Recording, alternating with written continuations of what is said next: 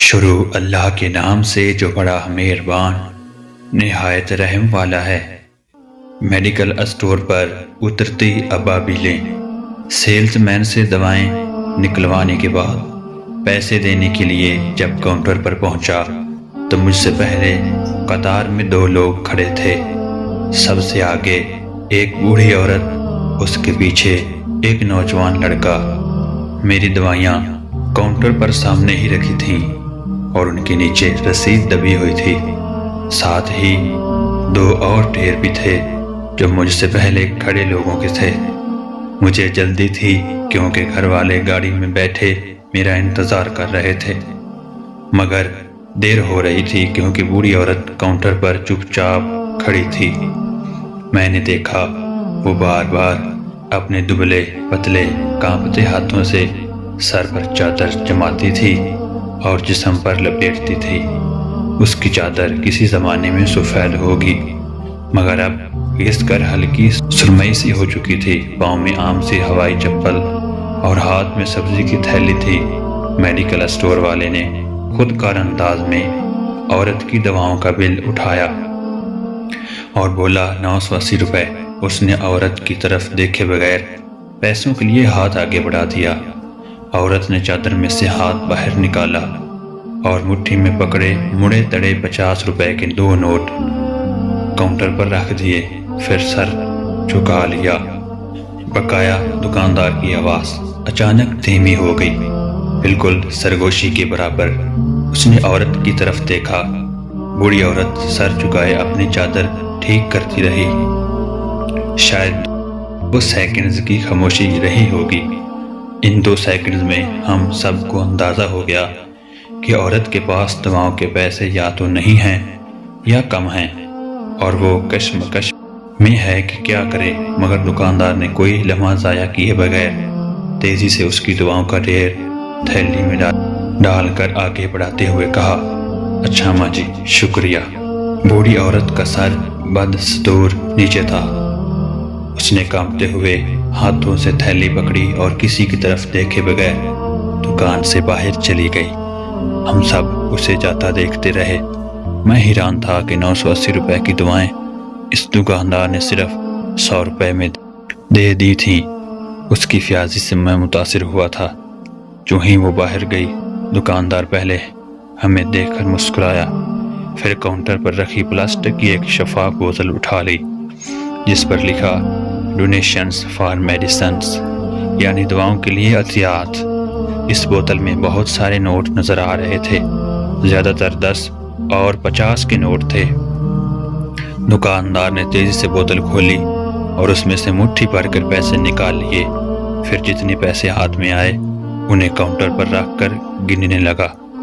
مجھے حیرت ہوئی کہ یہ کیا کام شروع ہو گیا ہے، مگر دیکھتا رہا۔ دکاندار نے جلدی جلدی سارے نوٹ گنے تو 350 روپے تھے۔ اس نے پھر بوتل میں ہاتھ ڈالا اور باقی پیسے بھی نکال لیے۔ اب بوتل بالکل خالی ہو چکی تھی۔ اس نے بوتل کا ڈھکن بند کیا اور دوبارہ پیسے گننے لگا۔ اس بار کل ملا کر 550 روپے بن گئے تھے۔ اس نے بوڑھی عورت کے دیے ہوئے 50 کے دونوں نوٹ بوتل سے نکلنے والے پیسوں میں ملائے اور پھر سارے پیسے اٹھا کر اپنی دراز میں ڈال دیے۔ پھر مجھ سے آگے کھڑے گاہک کی طرف متوجہ ہو گیا۔ جی بھائی۔ نوجوان جو خاموشی سے یہ سب دیکھ رہا تھا 1000 کا نوٹ آگے بڑھا دیا۔ دکاندار نے اس کا بل دیکھ کر نوٹ دراز میں ڈال دیا اور گن کر 330 روپے واپس کر دیے۔ ایک لمحہ رکے بغیر نوجوان نے بقایا ملنے والے نوٹ پکڑ کر انہیں تہہ کیا، پھر بوتل کا ڈھکن کھولا اور سارے نوٹ اس میں ڈال کر ڈھکن بند کر دیا۔ اب خالی ہونے والی بوتل میں پھر سے 100 کے 3 اور 10 کے 3 نوٹ نظر آنے لگے تھے۔ نوجوان نے اپنی تھیلی اٹھائی اور زور سے سلام کیا اور دکان سے چلا گیا۔ بمشکل 1 منٹ کی اس کارروائی نے میرے رونگٹے کھڑے کر دیے تھے۔ میرے سامنے چپ چاپ ایک عجیب کہانی مکمل ہو گئی تھی اور اس کہانی کے کردار اپنا اپنا حصہ ملا کر زندگی کی اسکرین سے غائب ہو گئے تھے۔ صرف میں وہاں رہ گیا تھا، جو اس کہانی کا تماشائی تھا۔ بھائی یہ کیا کیا ہے آپ نے؟ مجھ سے رہا نہ گیا اور میں پوچھ بیٹھا، یہ کیا کام چل رہا ہے؟ اوہ کچھ نہیں ہے سر، دکاندار نے بے پرواہی سے کہا، ادھر یہ سب چلتا رہتا ہے، مگر یہ کیا ہے؟ آپ نے تو عورت سے پیسے کم لیے ہیں، پورے 800 روپے کم، اور بوتل میں سے بھی کم پیسے نکلے ہیں، تو کیا یہ اکثر ہوتا ہے؟ میرے اندر تجسس جاگ اٹھا اور میں بے چین تھا یہ جاننے کے لیے کہ آخر واقعہ کیا ہے۔ کبھی ہو جاتا ہے سر، کبھی نہیں، آپ کو تو پتہ ہے کیا حالات چل رہے ہیں۔ دکاندار نے آگے جھک کر سرگوشی میں کہا، دوائیں اتنی مہنگی ہو چکی ہیں، سفید پوش لوگ روز آتے ہیں، کسی کے پاس پیسے کم ہوتے ہیں، کسی کے پاس بالکل نہیں ہوتے، تو ہم کسی کو منع نہیں کرتے، اللہ نے جتنی توفیق دی ہے اتنی مدد کر دیتے ہیں، باقی اللہ ہماری مدد کرتا ہے۔ اس نے بوتل کی طرف اشارہ کیا، یہ بوتل کتنے دن میں بھر جاتی ہے؟ میں نے پوچھا۔ دن کدھر سر، وہ ہنسا، یہ تو ابھی چند گھنٹے میں بھر جائے گی۔ واقعی؟ میں حیران رہ گیا۔ پھر یہ کتنی دیر میں خالی ہوتی ہے؟ یہ خالی نہیں ہوتی سر، اگر خالی ہو جائے تو 2 سے 3 گھنٹے میں پھر بھر جاتی ہے، دن میں 3-4 بار خالی ہو کر بھرتی ہے۔ شکر الحمدللہ۔ دکاندار اوپر دیکھ کر سینے پر ہاتھ رکھا اور بولا، اتنے لوگ آ جاتے ہیں، پیسے دینے والے بھی اور لینے والے بھی۔ میں نیکی کی رفتار سے بے یقینی میں تھا۔ ابھی آپ نے تو خود دیکھا ہے سر، وہ ہنسا، بوتل خالی ہو گئی تھی، مگر کتنی دیر خالی رہی؟ شاید 10 سیکنڈ۔ ابھی دیکھیں۔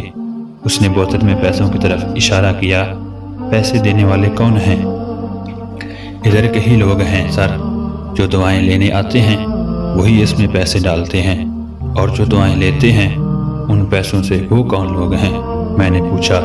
وہ بھی ادھر کے ہی لوگ ہیں، زیادہ تر بوڑھے، بیوائیں اور کم تنخواہ والے لڑکے ہیں جن کو اپنے والدین کے لیے دعائیں چاہیے ہوتی ہیں۔ اس نے بتایا۔ لڑکے؟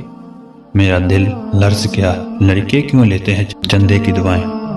سر اتنی بے روزگاری ہے، بہت سے لڑکوں کو تو میں جانتا ہوں ان کی نوکری کرونا کی وجہ سے ختم ہو گئی ہے۔ اس نے دکھی لہجے میں کہا، اب گھر میں ماں باپ ہیں، بچے ہیں، دعائیں سب کو چاہیے، دعائیں تو سب کو چاہیے، تو لڑکے بھی اب مجبور ہو گئے ہیں اس بوتل میں سے دعا لینے کے لیے۔ کیا کریں؟ کئی بار تو ہم نے روتے ہوئے دیکھا ہے اس میں سے لڑکوں کو پیسے نکالتے ہوئے۔ یقین کریں ہم خود روتے ہیں۔ مجھے اس کی آنکھوں میں نمی تیرتی نظر آنے لگی۔ اچھا میرا کتنا بل ہے؟ میں نے جلدی سے پوچھ لیا کہ کہیں وہ میری آنکھوں کی نمی نہ دیکھ لے۔ 740 روپے، اس نے بل اٹھا کر بتایا اور ایک ہاتھ سے اپنی آنکھیں پوچھیں۔ میں نے بھی اس کو 1000 کا نوٹ تھمایا۔